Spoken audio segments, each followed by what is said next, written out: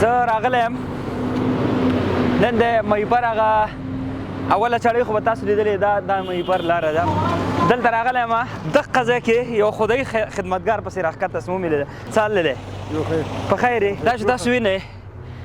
سهار نه یا د شپې ناوخته یا سهار وخته چې راشي دا خدایي خدمتګار په دې ګولۍ کې ولاړ دغه خل دی چې بغیر د کوم تنخوا نه بغیر د کوم امتیاز نه په دې سپین ږیري ځان باندې ټوله ورځ ولاړ یم همداسې ده څو بجې راځي سهار 5 بجې راځم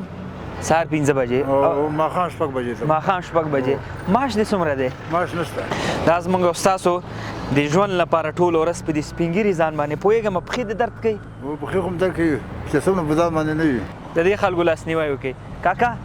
ته د ډېرو پیسو لایق یې ما سره ډېرې کم اندازه دي دا به زه درکړم 1 2 3 4 5 6